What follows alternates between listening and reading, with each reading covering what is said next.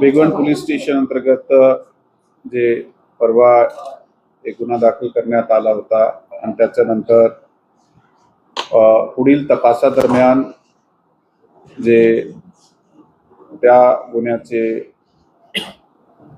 Victim आणि accused होते ते पोलिसाची बारामती शहर पोलीस स्टेशन या ठिकाणी आले होते काल रात्री आणि तेव्हापासून त्या गुन्ह्याचं पुढील तपास करत असताना जबाब विचारण्यात आले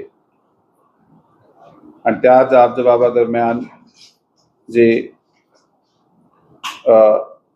त्या गुन्ह्या नमूद महिला आहे त्याचा जबाब नोंदविल्यानंतर पुढे माननीय कोर्टाचे समोर त्याचा जबाब सुद्धा नोंदवण्यात आलेला आहे आणि पुढील तपास या गुन्ह्याचा सध्या चालू आहे. सर त्यांचे आई वडील सुद्धा म्हणजे आई आणि भाऊ सुद्धा आले होते. काही त्यांचं काय म्हणणं आहे त्यांच्यासमोर देखील जी घटना आहे अर्थात तिने माध्यमांसमोर येऊन सुद्धा काही सांगितले. काय त्याच्यामध्ये तथ्य आहे आता आपण काय त्याच्यावर कारवाई करणार आहात पुढे काय ऑफिस रजिस्टर केलं आहे? ऑफेन्स ते ऑलरेडी रजिस्टर करण्यात आला होता. त्याच्यानंतर आता ते घराचे जे लोक आहे त्याचे आई त्याचे भाऊ सुद्धा येऊन इथे त्यांनी त्याचं मत मांडलेलं आहे. त्यांची इथे त्यांना बोलण्याची संधी होती परंतु त्या यंग महिलाने आपला मत जे आहे ते आई आणि भावासमोर मांडलेलं आहे आणि त्यांचा आपसात जे मत आहे ते वेगळं आहे आणि महिलाने आपला जे वर्जन दिलेलं आहे जसा की आपण पाहिला की अगोदर त्यांनी एक व्हिडिओ पाठविली होती आणि त्याच्यानंतर सुद्धा पोलिसाकडे येण्याचे अगोदर त्यांनी एका ठिकाणी एक व्हिडिओ मार्फत त्यांचा जे मत आहे ते दिला होता आणि त्यांनी त्यांचं तीच मत आहे की ते स्वतःहून गेली होती परंतु नेमका जे त्याची आई घरचे जे सदस्य आहे त्याचा म्हणणं वेगळा आहे.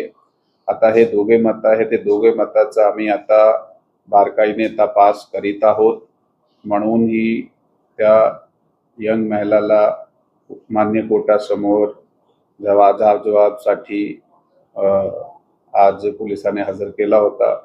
ते जबाब झालेला आहे. पुढील तपास चालू आहे.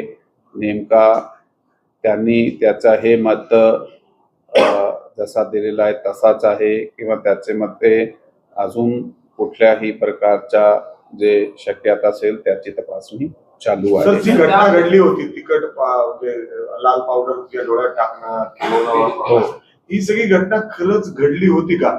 ती मुलगी तर नाही म्हणते मात्र दुसरीकडे आई आणि भाऊ म्हणतात ती घडली.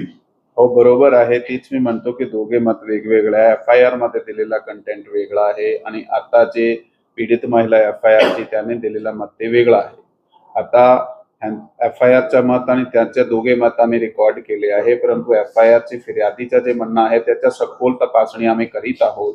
त्याच्यामध्ये जे आपण प्रश्न मांडले की घटना दरम्यान चटणी पावडरचा उल्लेख आहे किंवा मोटरसायकलचा उल्लेख आहे काही इतर काही वस्तुस्थिती होती त्या वस्तुस्थितीला बारकाईने तपासण्यासाठी पुढील आमची टीम कामात आहे आणि त्याच्यात जे काही पुढील तपासामध्ये निष्पन्न होईल तशाप्रमाणे कारवाई मेडिकल रिपोर्टमध्ये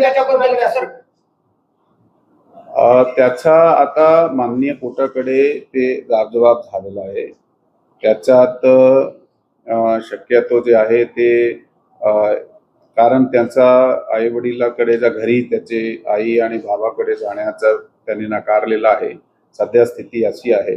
पुढील त्याचा काय मत आहे त्याला विचारण्यात येईल आणि दुसरे ऑप्शन जसा की जे महिला घर असताय सॅनिटोरियम असताय तशी ऑप्शन्स पण आहात. तसा जे काही घडला पुढे ते आपल्याला कळवण्यात येईल. आणि सर मुलीची आणि मुलीच्या आईची बेडवरून दिली होती का पण त्यांच्यामध्ये संभाषण झालं होतं? त्यांचं संभाषण झालेलं आहे. त्यांच्या आईने आरोप केलाय कोर्टाबाहेर की असं काही संभाषण झालेलं नाही आणि आम्हाला मुलीची भेट घेऊ दिलीच नाही पोलिसांनी. असं नाहीये.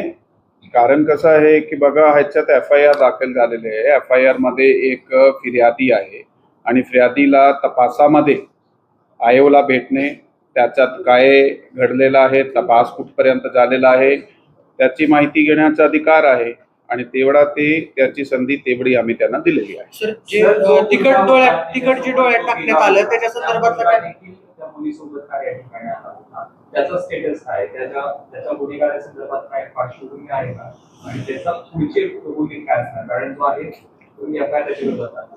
हो, तेच मी म्हणतो की FIR ऑलरेडी दाखल झालेली आहे. तो जो त्याच्यामध्ये एक्युजचं नाव आहे त्याच्या बाबत पुढील कारवाई, हे सगळे जे जाबजबाब आमचे चालू आहे त्याच्यानंतर पुढील योग्य कारवाई करण्यात असं येईल. कोर्टाबाहेर आज आमदार राहुल कुल यांच्या विरोधात घोषणा दिल्या होत्या. खरंच आमदार कुल यांचं या प्रकरणामध्ये हात आहे? मी याबाबत कोणत्याही प्रकारचं कमेंट करू शकतो. मला याबाबत कोणत्याही प्रकारची माहिती प्राप्त नाहीये. आमचा जे तपास आहे ते प्युअर गोपनीय यंत्रणा, आमचे माहिती यंत्रणा, तकनिकी यंत्रावरून करण्यात आलेलं आहे. आता समक्ष जाबजबाब चालू आहे, त्याच्यात असा कुठल्याही प्रकारचा आमच्याकडे उल्लेख आलेला नाही. कायदा सुव्यवस्था योग्य ठिकाणी राहावं म्हणून आपण काय आव्हान करा? कायदा व सुव्यवस्था जी आहे प्रत्येक नागरिकाची जबाबदारी आहे.